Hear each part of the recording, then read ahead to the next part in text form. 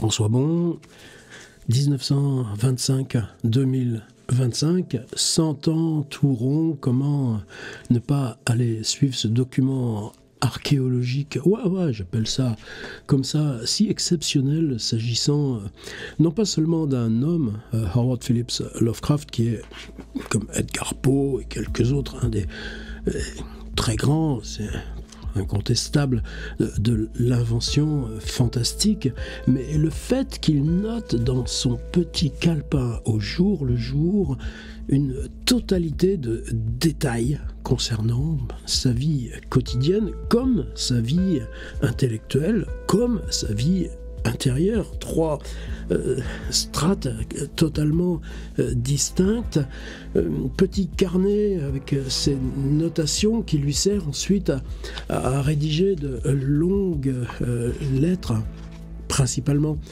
à ses deux tantes restées à Providence, puisque cette correspondance lui sert à lui-même de journal, le journal, mais transmis en partage à la famille la plus proche, alors que les lettres à son épouse ne nous sont pas parvenues, et que dans cette année 1925, sa vie sociale particulièrement riche fait qu'on a peu de correspondance avec les correspondants lointains, comme ce sera le cas lorsqu'il sera revenu à Providence. Alors, on est le 3 février. Le 3 février 2025 ? Non, 3 février 1925, et on va tout de suite voir ce qu'il en est d'une journée qui va être lourde et compliquée. Quelquefois, on a deux lignes, il ne se passe pas grand-chose, il faut nourrir. Et d'autres fois, c'est le contraire, puisque même là, la visite qu'on va faire au New York Times est particulièrement riche et avec beaucoup d'affect. Vous allez le voir. Ordi. Donc, grossissement maximum, c'est le Brown Digital Repository, donc les dossiers numériques de l'université, de la Brown University à Providence. On va réduire un petit peu ça, d'ailleurs, c'est pas très facile leur affichage. Tiens, ben voilà, l'équipe des bibliothécaires, celles et ceux qui ont numérisé ce fonds. Bonjour! Et maintenant, on va voir notre journal à date de cette première semaine de février. On a exploré déjà tout ça. La voici. C'est pas d'une navigation, pas d'une ergonomie formidable, leur site. Il faut mettre un petit peu de volonté, mais bon, quand même, on compense avec là les recadrages ordinateur. Alors, nous y voilà, première semaine de février, on est déjà le 3. Pour eux, mardi, il y a toujours une journée de décalage. Réveillé à 11h. Oh, c'est dur, il a fallu faire un effort. Mais oui, parce qu'il a eu un coup de fil à l'aube de sa tante Liliane, qui vient de Providence et qui arrive là à Grand Central, et qui l'informe qu'elle va rester d'ailleurs dormir là, Clinton Street. Il va falloir trouver une chambre. Vous savez qu'au 169, lui a son studio, au-dessus de chez lui, juste là à l'étage, Kirk a son propre studio, mais la gérante, Madame Burns, a-t-on appris, loue aussi des chambres à la nuit. Donc Sonia, l'épouse qui arrive, va avoir une chambre, elle, à l'étage, celle qu'il loue très régulièrement, qui est réservée comme ça aux invités des locataires habituels, et la chambre juste à côté de celle de Lovecraft est disponible, il va nous dire, donc c'est celle qu'il va retenir pour Liliane. Ils vont donc être 4 ce soir à partager des chambres sur place. Sonia aussi téléphone. Alors Sonia, donc, qui a décalé sa venue, c'est qu'elle souffre là de problèmes qui ne vont faire que s'aggraver dans les jours à venir. Elle a été de nouveau hospitalisée à Cincinnati. Elle a pris le train de nuit, mais dès le matin, depuis la Penn Station, puisque il s'agit des trains de Cincinnati, Cleveland, l'Ohio, elle va au travail pour sa compagnie, c'était une chaîne de grands magasins, genre Galerie Lafayette, qui l'emploie, donc elle est, elle, responsable des achats à Cincinnati. Ça sera un peu sa spécialité. Donc quand elle vient à New York, elle a aussi plein de rendez-vous pour aller voir les marchands de chapeaux, les marchands de robes et tout ça. On va se retrouver au Milan. Alors le Milan, c'est 41e rue, c'est pas loin de 42e, c'est pas loin de Grand Central. Et c'est un petit restaurant italien, il va en reparler. C'est quelque chose qui, moi, sera une des premières surprises. Alors, que la tante Liliane et Sonia, on se retrouve tous les trois, c'était prévu. Il y a toujours cette tentative de Lovecraft, là, de faire que Sonia puisse être vraiment considérée, là, dans la cellule familiale. Les tantes, ça va pas tout seul. Et non, il invite toute la bande. On va tous se retrouver au Milan. Bon, en même temps, Sonia est une figure pour ce monde-là du journalisme amateur. C'est elle la présidente en titre. Donc, il y aura Sonia, Kirk, C.M. Eddy, le copain de Providence, Reinhard Kleiner. Il y aura évidemment Loveman. Il y aura Howard, et il y aura la tante. Mais quand même, sa femme vient d'être hospitalisée, il ne l'a pas vue depuis 2 semaines, elle arrive à New York par le train de nuit, elle va bosser, on se retrouve là le soir au restaurant italien, et tout ce qui l'amène, c'est l'ensemble de la clique. Et c'est pas fini, parce qu'ensuite, il y a une réunion de prévue chez Belknap Long, on va discuter jusqu'à pas d'heure. Et non, eux, il y a C.M. Eddy, le copain de Providence, vous savez qu'il est, comme Lovecraft, un des rewriters prête-plume de Monsieur Houdini, le célèbre artiste, mais qu'on met en vedette pour que Weird Tales puisse se vendre. Eddy qui a eu rendez-vous la nuit dernière, un rendez-vous de travail avec Houdini. Lui, on ne sait pas dans quel hôtel il est hébergé, c'est pas là à Clinton Street, mais il va aller à l'hippodrome. Lovecraft et Sonia, ils sont allés justement il y a 2 semaines au dernier séjour. C'est cette immense salle, une des plus grandes de New York. Et la preuve que ça a un succès monstre, c'est qu'on ne voit même pas de publicité dans le Times. Il joue à guichet complet et à l'hippodrome, vous savez, il a son numéro le plus célèbre, il a son éléphante, Lucy, qu'il fait disparaître en direct sur scène.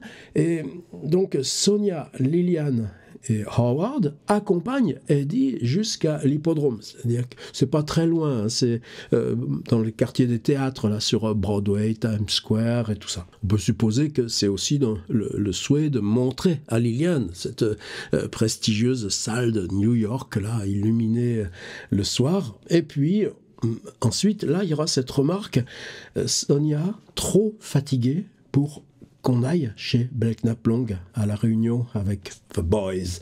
Et donc on va revenir à Clinton Street. Et à Clinton Street, alors Kirk apparemment n'est pas là, puisque lui il est parti chez Belknap Long, mais on a ce tout petit détail de la vie quotidienne.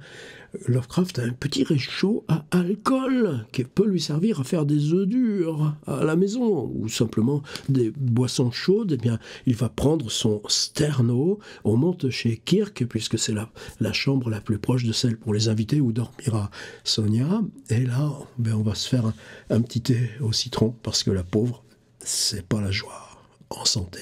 Alors maintenant, un petit tour dans le PDF où on essaye d'analyser tout ça. C'est pas pour ces détails de vie quotidienne, c'est pour ce rapport-là à lecture et écriture. Il y a l'histoire du petit Bouddha de bronze, ça y est, j'ai compris. En fait, Loveman, vous savez, la semaine dernière, quand ils avaient fait tous ces achats de brocantes, là, à Chinatown ou dans les boutiques d'occasion de Fulton Street à Brooklyn, il avait flashé pour un petit Bouddha de bronze. Oui, mais est-ce qu'il n'avait pas les sous?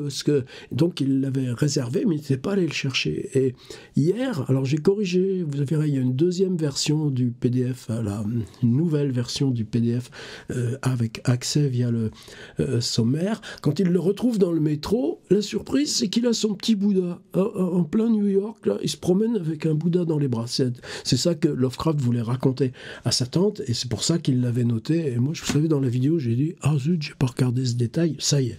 Il faut bien faire le boulot comme il doit être fait, n'est-ce pas? Alors, c'est tous les détails que je vous ai dit à propos du petit Milan. On apprend que Houdini aime aussi beaucoup ce petit restaurant. Puis j'ai même débordé un petit peu sur le lendemain, mais c'est pas grave, ça nous laissera plus de marge, puisque le lendemain, la pauvre Sonia, elle, va au travail dès le matin, que Lillian et Lovecraft, eux, ils font un peu la grasse mat, et qu'à 16h25, Lovecraft accompagne Lillian donc à Grand Central pour reprendre le train de Providence. C'est une nouvelle ligne, et ça le rassure parce que dans le train, il y a le courrier postal. Donc s'il y a le courrier postal, c'est sûr que le train va arriver à bon port, d'autant qu'elle avait réservé une place, mais que la compagnie avait vendu 2 fois la même réservation, donc il y a quelqu'un à sa place, ils en ont un peu marre, ça fait plusieurs fois que ça arrive. Qu'est-ce que je vous ai mis? Ouais, ce petit réchaud, on a fait du thé sur mon sterno. Qu'est-ce que c'est un sterno? Bien voilà, les publicités pour le sterno, il y a une petite plaque de cuisson, et en dessous, là, on met une petite recharge, et ces recharges, on les trouve à vendre séparément. Canard Heat, et bien là, on enflamme la petite mèche, et ça fait chauffer. Donc voilà, une des possessions de Lovecraft, ça vaut vraiment pas cher, ni l'appareil, ni les recharges. Et je vous propose d'aller tout de suite dans le New York Times. On y est, et à la une arrive un article qui va nous occuper pas mal dans les jours à venir. C'est la première fois que ça surgit, même si l'événement a déjà commencé il y a quelques jours. Et là, maintenant, il est passé en une. Alors, il s'agit d'un spéléologue qui s'appelle Floyd Collins. Et Floyd Collins était en train d'explorer un labyrinthe de grottes, de cavernes dans le Kentucky. Il y a un petit tunnel d'entrée, et lui, il est déjà à plus de 6 miles, c'est-à-dire quasiment 9 kilomètres de l'entrée de ce tunnel. Quand un effondrement rocheux se produit, on estime qu'il y a là 7 tonnes de pierres qui l'ont coincé, lui. Il peut plus ni avancer, ni bouger, ni même faire l'état de ses blessures. Par contre, ils peuvent encore communiquer, et donc se met en place tout un appareillage pour tenter de le délivrer. On essaye d'avoir des foreuses, des machines, on va tenter de forer un tunnel de dégagement, de secours depuis la surface. Chaque jour, le tunnel approchera Collins, et c'est ça qui va être pour moi nouveau, c'est-à-dire que la presse, au jour le jour, peut être informée par radio, par télégramme, parce qu'on va transmettre en direct des images de ce qui se passe dans le sous-sol où la vie d'un homme est en jeu. Et est-ce que c'est simplement du fait divers? Non, puisqu'on ne va pas le faire aujourd'hui, parce qu'il y a déjà tous ces éléments-là qui surgissent, mais dans 2-3 ans, Lovecraft, donc revenu à Providence, il y aura 1928, qui sera aussi une année où il se baladera beaucoup dans le Vermont, etc., mais où il ira en Virginie, dans une ville qui s'appelle Newmarket, qui est aussi célèbre pour être une des plus grandes grottes, un labyrinthe de grottes des États-Unis. Et la preuve, c'est qu'il payera $2,50 son billet d'entrée pour avoir le droit d'aller visiter la Endless Cavern, la caverne sans fin. Et vous savez ce qu'il fera dans toute son œuvre de ces mondes souterrains, en particulier dans l'abîme du temps, mais c'est certainement pas le seul. Mais ce lien des repérages, donc une caverne réelle, une exploration personnelle des cavernes, Lovecraft l'utilisera dans, dans sa fabrique à fiction. Et ce lien-là, du repérage, de l'exploration personnelle et de la transformation en fiction, bien sûr, nous, on va y aller voir de près. Donc pas possible d'imaginer eux qui, à chaque fois qu'ils sont dans une cafétéria, se précipitent sur le journal pour ne pas avoir à l'acheter. Ces trucs sont sur des gros rouleaux là qu'on déplie, que l'histoire là, que le sauvetage de Floyd Collins, là, ça fait 2 jours là, maintenant que l'accident s'est produit, mais ça va être 10 jours de suspense où ça va prendre une place toujours plus grande. Et vous voyez, ces fonctionnements là de l'information, comme ils sont évidemment décisifs, nous, au présent. Donc ça, évidemment, pour moi, là, pas possible de l'écarter de notre propre exploration. Et puis, dans cette page-là, tout en bas, ces petits articles-là qu'on a très souvent utilisés, bien celui aussi d'aujourd'hui, c'est celui que j'ai traduit. Alors, Randall's Island, si je reviens ici, je vais le voir dans Google Maps. Alors voilà, donc Manhattan ici, donc nous on est là à Clinton Street qui est par là dans voilà, le pont, le Brooklyn Bridge, voilà Prospect Park, donc Clinton Street on est par ici, vous êtes vraiment dans le Brooklyn Heights, c'est pour ça qu'on voit Manhattan le soir tout illuminé, et donc Manhattan il y a la Hudson, l'East River, et en haut de l'East River, là au niveau de Harlem, entre Harlem et le Bronx, l'accès se fait soit par Harlem, au bout de la 96e rue d'ailleurs, ou depuis le Bronx, il y a là ces îles, donc l'aéroport de LaGuardia, il y a Rikers, donc l'île des prisons, et puis ici, là, c'est Randall's Island, et Randall's Island sert de colonie pénitentiaire à la jeunesse. Alors là, on est dans les vues aériennes d'aujourd'hui. Cette maison du refuge est parfaitement documentée. On a des tas de photographies. C'est un énorme bâtiment, mais derrière, il y a des colonies, il y a des ailes, il y a d'autres bâtiments. Ça accueille des centaines de jeunes. Et on se croirait là dans la colonie pénitentiaire de Maitret que décrit Jean Genet. Alors évidemment, là, c'est des photographies officielles, la maison du refuge pour montrer les jeunes bien habillés, proprement, au travail, en train d'apprendre des métiers. Ils ont même un atelier radio, un atelier électricité où on les voit fabriquer du matériel de radio. Là, voilà une carte postale plus ancienne, plus... attendez, est-ce que j'ai la date non, je ne la vois pas, mais disons que ces photos seraient plutôt là en 1930, donc un petit peu après, et que la carte là, que vous pourrez regarder en détail, bonne résolution dans le PDF, serait plutôt là de 1910-1915, en tout cas. Plus ça va, plus j'ai même d'estime là, pour cette façon d'écrire des journalistes du Times. 2 adolescents ont tenté hier dans la nuit de s'échapper de la maison du refuge sur Randall Island en plongeant dans les eaux gelées du détroit. On est 2 février, près de la petite porte de l'enfer, Little Hell Gate. L'un des 2 ne savait pas nager. L'autre le poussait, accroché à une planche, luttant contre les glaçons à la dérive. Le froid eut vite fait de les exténuer. Un remorqueur les a secourus, mais le jeune qui ne savait pas nager a failli être noyé lors du sauvetage. Les 2 jeunes sont Jack Rosen, 10 ans, ses 2 enfants, de Brooklyn, et Abraham Katz, 17 ans, un plus grand, de la 8e rue Ouest, donc lui sur Manhattan, South Manhattan.